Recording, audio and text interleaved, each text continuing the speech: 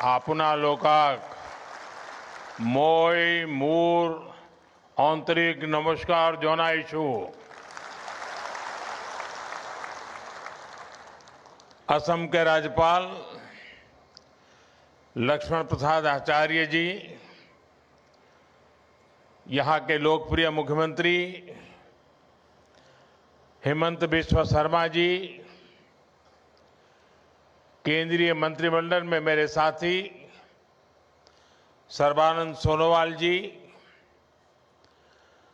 उपस्थित राज्य के सभी मंत्रीगण, जनप्रतिनिधिगण, देश भर से टेक्नोलॉजी के माध्यम से इस कार्यक्रम से जुड़े हमारे सभी अन्नदाता साथी, टी गार्डन में काम करने वाले मेरे भाई बहन, और मैं देख रहा हूं कि काफी सीनियर हमारे सभी मुख्यमंत्री जी भी आज हमारे साथ इस कार्यक्रम में देश के कोने कोने में से जुड़े हुए हैं। मेरा सबको नमस्कार। भाइयों बहनों, आज मुझे नवरात्रि के पहले मां कामाख्या की इस पावन भूमि पर आप सभी के दर्शन करने का सौभाग्य मिला है।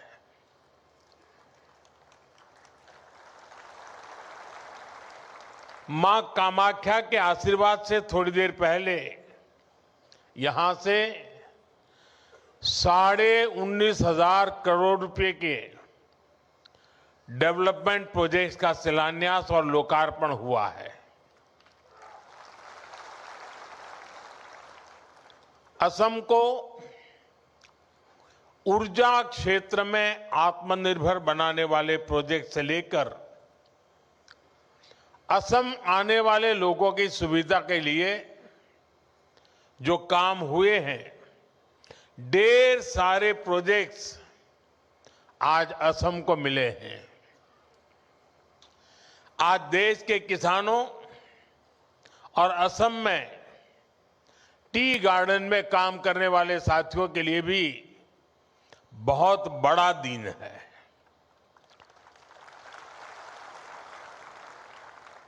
कुछ क्षण पहले पूरे देश में पीएम किसान सम्मान निधि के तहत 18,000 करोड़ रुपए से अधिक की राशि हमारे करोड़ों अन्नदाताओं के खातों में भेजी गई है। इसके अलावा असम के चाय बागानों से जुड़े अनेक परिवारों को आज भूमि के पट्टे भी दिए गए हैं। मैं असम के लोगों को, यहां के सभी परिवारों को और देश भर के किसानों को बहुत बहुत बधाई देता हूं। साथियों, आज देश भर से किसान साथी मां कामाख्या की इस धरती से जुड़े हैं। थोड़ी देर पहले करोड़ों किसानों के खाते में पीएम किसान निधि जमा होने के मैसेज हर एक के मोबाइल में पहुंच चुके हैं। ये योजना वाकई अद्भुत है। एक क्लिक से करोड़ों किसानों के बैंक खाते में सीधे पैसा जमा होता है।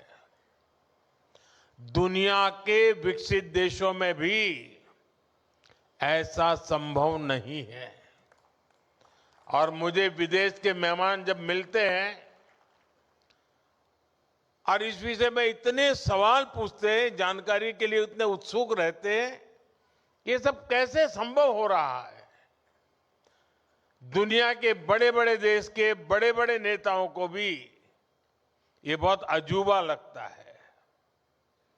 और ये मेरे वही किसान भाई बहन हैं जिनमें से अधिकांश के पास 2014 से पहले न मोबाइल फोन था और न ही बैंक में उनका कोई खाता था। आज ऐसे करोड़ों किसानों के खाते में अब तक 4.25 लाख करोड़ रुपए से अधिक पैसे जमा हो चुका है। इसमें असम के भी करीब 19 लाख किसान हैं जिनको अभी तक लगभग 8,000 करोड़ रुपए मिल चुके हैं। साथियों, मुझे याद है जब पीएम किसान सम्मान निधि योजना शुरू हुई तो अफवाहें फैलाने में, झूठ बोलने में माहिर कांग्रेस वाले कहते थे कि इस योजना का पैसा आज भले मोदी देता है लेकिन चुनाव के बाद वापस करना पड़ेगा। ये झूठ बोलने में ऐसे एक्सपर्ट है। लेकिन आज सम्मान निधि की ये योजना देश के छोटे किसानों के लिए सामाजिक सुरक्षा का एक माध्यम बन गई है। साथियों, बीजेपी एनडीए सरकार के लिए किसान हित से बड़ा और कुछ नहीं। जब किसानों को पैसे देने की बात आती थी, कांग्रेस वालों की सांस अटक जाती थी। मैं आपको एक और उदाहरण देता हूं। 2014 से पहले केंद्र में 10 साल तक कांग्रेस की सरकार थी। कांग्रेस सरकार के 10 साल में किसानों को एमएसपी के रूप में 6.5 लाख करोड़ रुपए मिले थे। 10 साल में 6.5 लाख करोड़। जबकि हमारी सरकार के 10 साल में किसानों को एमएसपी के रूप में 20 लाख करोड़ रुपए अधिक मिल चुके हैं। साथियों, बीते 11 वर्षों में देश के किसान के इर्द गिर्द बीजेपी एनडीए सरकार ने एक मजबूत सुरक्षा कवच बना है। एमएसपी हो, सस्ता ऋण हो, फसल बीमा हो, पीएम किसान सम्मान निधि हो, ये योजनाएं किसानों का बहुत बड़ा संबल बनी है। इतना ही नहीं, हमने इस बात का ध्यान रखा है कि अंतर्राष्ट्रीय स्तर पर संकट का असर खेती किसानी पर न पड़े। अब जैसे कोरोना और उसके बाद जो युद्ध हुए हैं, उसके कारण अंतर्राष्ट्रीय बाजार में खाद की कीमतें कई गुना बढ़ गई थी।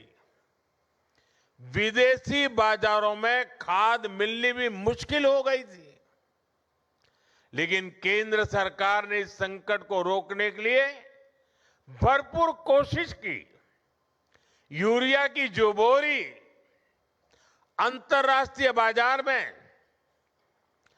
3,000 रुपये में मिलती है, वही बोरी हमारी सरकार ने अपने किसानों को सिर्फ 300 रुपये में दी है।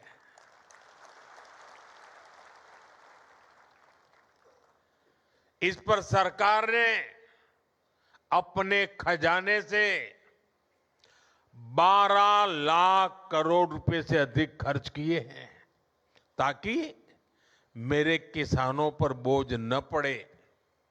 ये बोझ सरकार अपने कंधों पर उठा रही है।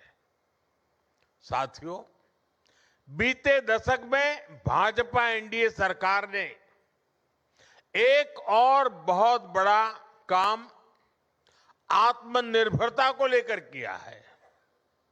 हमने कृषि को बाहरी संकटों से बचाने के लिए आत्मनिर्भरता को प्रोत्साहन दिया है। हमने आजाद भारत में बार बार देखा है कि दुनिया के दूसरे हिस्सों में लड़ाइयां होती हैं, कहीं सप्लाई चेन में दिक्कत आती है तो परेशानी हमारे किसान को होती थी। कभी खाद महंगी हो जाती थी, कभी डीजल और ऊर्जा की कीमत बढ़ जाती है, क्योंकि दशकों तक कांग्रेस पार्टी ने देश को दूसरे देशों पर निर्भर रखा। इससे खेती की लागत भी बढ़ जाती थी। साथियों, किसानों की खेती नई तकनीक से जुड़े, उन्हें सिंचाई के नए तरीकों से जोड़ा जाए और फसलों को भी लाभ मिले, इस मंशा से हमारी सरकार ने पर ड्रॉप मोर क्रॉप की नीति बनाई। ड्रीप और स्प्रिंकलर जैसी माइक्रो इरिगेशन टेक्निकों को किसानों तक पहुंचाया। इससे सिंचाई भी बेहतर हुई और लागत भी कम हो गई। आज सरकार आपके खेतों को सोलर पंप से जोड़ने के लिए काम कर रही है और हमारी कोशिश है कि डीजल पर आपका खर्च कम से कम हो। केंद्र ने जो कुसुम योजना बनाई है वो इसीलिए है। आज बहुत सारे किसान न सिर्फ सोलर पंप लगाकर सिंचाई कर रहे हैं, बल्कि उससे बिजली बनाकर पैसे भी कमा पा रहे हैं। और इसलिए मैं कहता हूं, अन्नदाता ऊर्जादाता बने। साथियों, हमारा निरंतर प्रयास है कि खाद और कीटनाशकों पर किसानों की निर्भरता भी कम हो। कांग्रेस की गलत नीतियों के कारण देश के 5 बड़े खाद कारखाने बंद हो गए थे। हमने उन खाद कारखानों को फिर से शुरू करवाया। साथ ही किसानों को नैनो यूरिया से जोड़ने के लिए भी कई काम किए। आज देश के किसान को इसका लाभ मिल रहा है। अब बीजेपी एनडीए सरकार देश के किसानों को प्राकृतिक खेती के लिए प्रोत्साहन दे रही है। किसान जब बहुत बड़े स्तर पर प्राकृतिक खेती को अपनाएंगे तो मिट्टी भी सुरक्षित रहेगी और हमारे अन्नदाता वैश्विक संकटों से भी सुरक्षित रहेंगे। साथियों, एक तरफ बीजेपी एनडीए सरकार किसानों को लेकर काम कर रही है, हम देश को आत्मनिर्भर बनाने में जुटे हैं। वहीं आज कांग्रेस ने एक बार फिर साबित कर दिया है कि वो किसी भी स्थिति में देश के प्रति ईमानदार नहीं है। आज युद्ध से बने संकटों के बीच भी कांग्रेस सिर्फ अफवाहें फैलाने और अपप्रचार करने में जुटी है। और मैं जरा कांग्रेस के साथियों से कहना चाहता हूं, एक काम करिए, लाल किले पर से 15 अगस्त को पंडित नेहरू जी ने जो भाषण दिए हैं, जरा भाषण सुनिए, आप सुनकर के हैरान हो जाओगे। लाल किले से 15 अगस्त को एक बार कह रहे हैं पंडित जी कि उत्तर कोरिया और दक्षिण कोरिया में लड़ाई चल रही है, इसलिए भारत में महंगाई बढ़ रही है। अब उत्तर कोरिया दक्षिण कोरिया कहां है और यहां पर महंगाई बढ़ने की बात नेहरू जी कह रहे थे। और आज कांग्रेस के लोग देश को गुमराह करने में लगे हैं। वैश्विक संकटों का प्रभाव क्या होता है, यह दुनिया देख रही है। साथियों, बीजेपी एनडीए की सरकार ने हमारी रिफाइनरीज के विकास के लिए, रिफाइनिंग कैपेसिटी के विस्तार के लिए काम किया है। आज भारत दुनिया का वो देश है जो अपनी ही नहीं बल्कि विश्व की ऊर्जा जरूरतों का भी ध्यान रख सकता है। यहां असम में जो हमारी रिफाइनरीज है, उनको भी बीते वर्षों में एक्सपांड किया गया है। असम सहित पूरे नॉर्थ ईस्ट में गैस पाइपलाइन इंफ्रास्ट्रक्चर पर अभूतपूर्व निवेश किया जा रहा है। नुमालीगढ़ सिलीगुड़ी पाइपलाइन के अपग्रेडेशन का काम भी पूरा हो चुका है और असम के गोलाघाट में दुनिया का पहला second generation bio ethanol plant भी स्थापित किया गया है। इन सारे प्रोजेक्ट्स का बहुत बड़ा फायदा इस पूरे क्षेत्र को होगा। साथियों, रेलवे की विदेशों पर निर्भरता कम हो, हमें विदेशों से कम तेल मंगाना पड़े, इसके लिए एक दशक में बहुत बड़ा काम हुआ है। पिछले 10 साल में आज देश का करीब करीब पूरा रेल नेटवर्क इलेक्ट्रिक रूट से जुड़ चुका है और जल्द ही हम 100% 100% इलेक्ट्रिफिकेशन का लक्ष्य भी पूरा कर रहे हैं। इस इलेक्ट्रिफिकेशन के कारण देश में करीब करीब 250 करोड़ लीटर डीजल की बचत हो रही है। असम में भी रेलवे नेटवर्क का तेजी से बिजलीकरण हो रहा है। आज भी यहां रेलवे के बिजलीकरण से जुड़े प्रोजेक्ट का लोकार्पण और शिलान्यास हुआ है। साथियों, असम देश में रिन्यूएबल एनर्जी से जुड़े संकल्पों की सिद्धि में भी बड़ी भूमिका निभा रहा है। Lower Kopili hydro power project से असम सहित पूरे नॉर्थ ईस्ट को फायदा होगा और सबसे बड़ी बात, जो ये हजारों करोड़ रुपए की परियोजनाएं असम में शुरू हुई है, वो असम के युवाओं के लिए रोजगार के नए मौके बना रही है, असम की समृद्धि बढ़ा रही है। साथियों, बीजेपी एनडीए की डबल इंजन सरकार की पहचान संवेदनशीलता से है, सुशासन से है। देश के हर क्षेत्र, हर वर्ग का विकास, ये हमारी प्राथमिकता है। इसी भाव के साथ आज असम के टी गार्डन में काम करने वाले साथियों के लिए बहुत बड़ी पहल हुई है। जिनकी मेहनत से असम की वैश्विक पहचान को बल मिला, जिनकी उगाई चाय की खुशबू दुनिया भर में भारत की पहचान बनी, आज उन साथियों को बीजेपी एनडीए सरकार सम्मान भी दे रही है और सहायता भी दे रही है। कांग्रेस की सरकारों ने इन साथियों को पूछा तक नहीं, इनके पास जमीन के कानूनी दस्तावेज तक नहीं थे।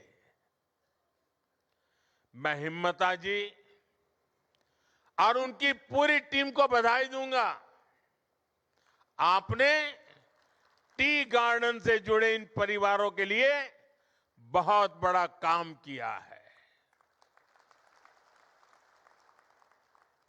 आज असम की सरकार इस ऐतिहासिक अन्याय को खत्म करने का काम कर रही है। अब इन परिवारों को उनकी अपनी जमीन मिली है और इनके लिए पक्के घर मिलने का रास्ता भी साफ हो गया है।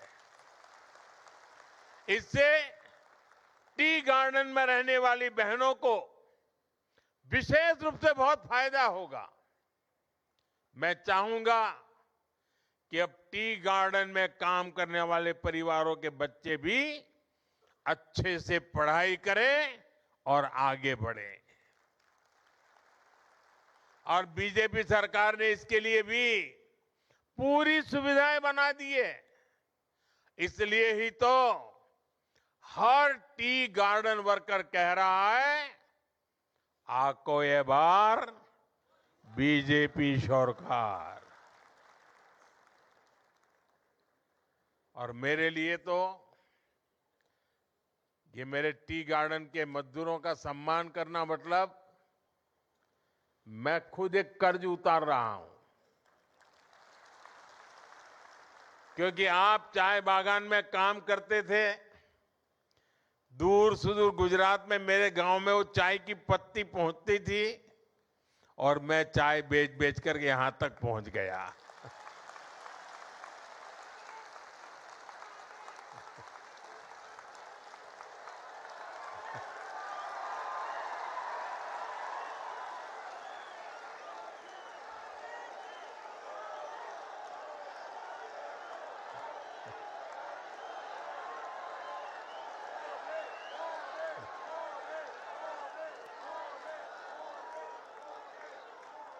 अब मुझे बताइए, ये टी गार्डन वालों के आशीर्वाद नहीं होते तो मैं यहां पहुंचता क्या? ये टी गार्डन वालों की टी मेरे यहां पहुंची और मैं आज आपके बीच पहुंचा। और देखिए मां कामाख्या की कैसी कृपा है कि मुझे आज मेरे टी गार्डन के भाइयों का कर्ज उतारने का मौका मां कामाख्या देवी ने मुझे दिया।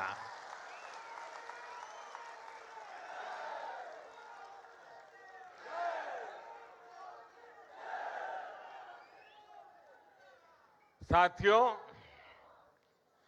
आज से प्रसिद्ध निमाती घाट और विश्वनाथ घाट पर आधुनिक क्रूज टर्मिनल बनाने का काम भी शुरू हुआ है।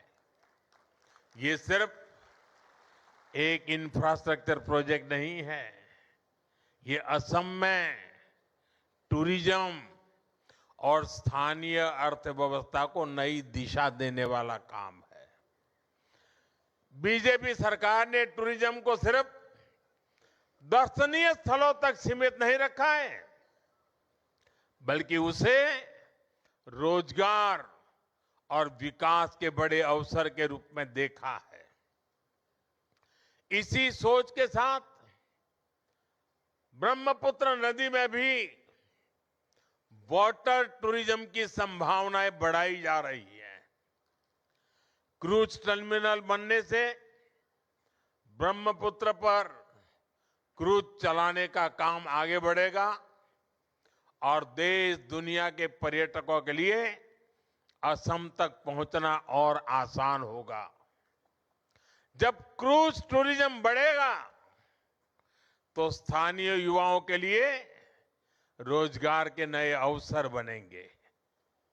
कारीगरों और हस्तशिल्प से जुड़े लोगों को नया बाजार मिलेगा। छोटे दुकानदारों, नाविकों, होटल और ट्रांसपोर्ट से जुड़े लोगों की आमदनी भी बढ़ेगी। यानी असम में टूरिज्म अब सिर्फ घूमने फिरने तक सीमित नहीं है, यह स्थानीय विकास और जन समृद्धि का एक नया इंजन बन रहा है। साथियों, असम आज हमारे नॉर्थ ईस्ट यानी अष्टलक्ष्मी के नए भविष्य का एक मॉडल बन रहा है। यहां की प्रगति पूरे नॉर्थ ईस्ट को नई गति दे रही है। असम में जो बदलाव बीते एक दशक में बीजेपी एनडीए सरकार ने किया है, उसका प्रभाव पड़ोस में पश्चिम बंगाल में भी दिख रहा है। वहां भी लोग बीजेपी एनडीए का ऐसा ही सुशासन चाहते हैं।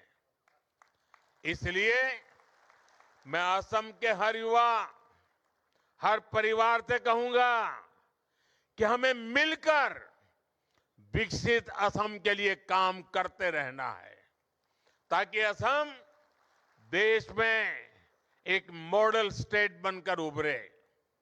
इसी आग्रह के साथ मैं जब ये सभी मुख्यमंत्री महोदय इस समारोह में हमारे साथ जुड़े हुए हैं, तो मैं उनसे एक आग्रह करना चाहता हूं। यहां जो पीएम एकता मॉल का उद्घाटन हुआ है, आप अपने राज्य की चीजें भी यहां बेचने की व्यवस्था कीजिए। आप कुछ जगह यहां लीजिए, और असम में किसी को केरल की चीज चाहिए तो यहीं से मिलनी चाहिए, महाराष्ट्र के कोई चीज चाहिए यहीं से मिल जानी चाहिए, गुजरात की कोई चीज चाहिए यहां से मिल जाए, राजस्थान की चाहिए यहां मिल जाए। यानी पूरे देश की एकता का दर्शन हो। इस मॉल में हिंदुस्तान के सभी राज्यों की उपस्थिति हो। इस मॉल में असम के हर डिस्ट्रिक्ट की उपस्थिति हो। वन डिस्ट्रिक्ट वन प्रोडक्ट, यानी एक प्रकार से कोई भी व्यक्ति एकता मॉल में जाए तो उसको वहां पूरा हिंदुस्तान मिल जाना चाहिए। और मुझे विश्वास है कि असम की धरती से पूरे देश को एक मॉडल मिलेगा और सफलतापूर्वक देश के हर राज्य में एकता मॉल तैयार हो जाएंगे। आप सबको फिर से एक बार विकास की परियोजनाओं की बहुत बहुत शुभकामनाएं देता हूं। देश भर से जो किसान साथी हमारे साथ जुड़ रहे हैं, मैं उनका भी फिर से बहुत बहुत आभार व्यक्त करता हूं। और मैं मां कामाख्या से प्रार्थना करता हूं कि कुछ ही दिनों के बाद जब नवरात्रि का प्रारंभ हो रहा है, मां कामाख्या की कृपा सभी देशवासियों पर बनी रहे और हम सारे संकटों को पार करते हुए नए विश्वास, नए सामर्थ्य के साथ आगे बढ़े। मेरी बहुत बहुत शुभकामनाएं। भारत माता की, भारत माता की, भारत माता की। वंदे वंदे वंदे वंदे वंदे वंदे वंदे वंदे।